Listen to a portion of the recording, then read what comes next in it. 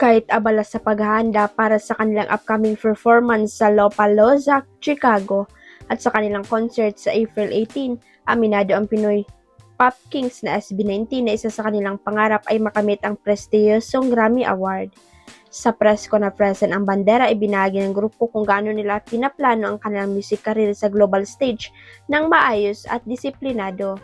Well, we're just very excited to share with you what we're capable of. For Grammys, of course, we've been always dreaming about it.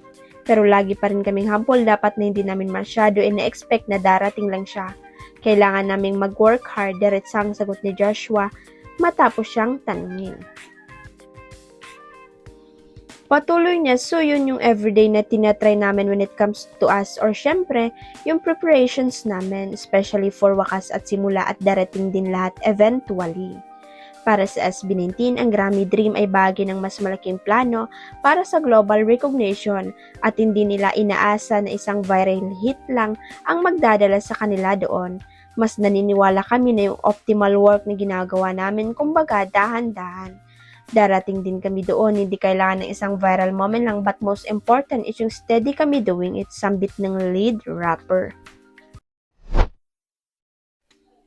Super saya ng aktres na si Alexa Elacad ng ibandera niya sa social media na sinimula na ang construction ng kanilang sariling holiday home. Sa Instagram video makikitang ilang moments mula sa groundbreaking ceremony na ginanap pa noong February. Kasama rin ng kapamilya aktres sa kanyang pamilya sa masayang okasyon. Another milestone happened last month on the day of my birthday. We broke ground on my future holiday home, caption na Alexa sa kanyang post. Base sa tarpaulin na makikita sa video, 2-story house ang kanyang bagong property na pinangalan ng La Alexandra. It's my home away from home, my chill space far from the noise and closer to family. Dagdag pa niya.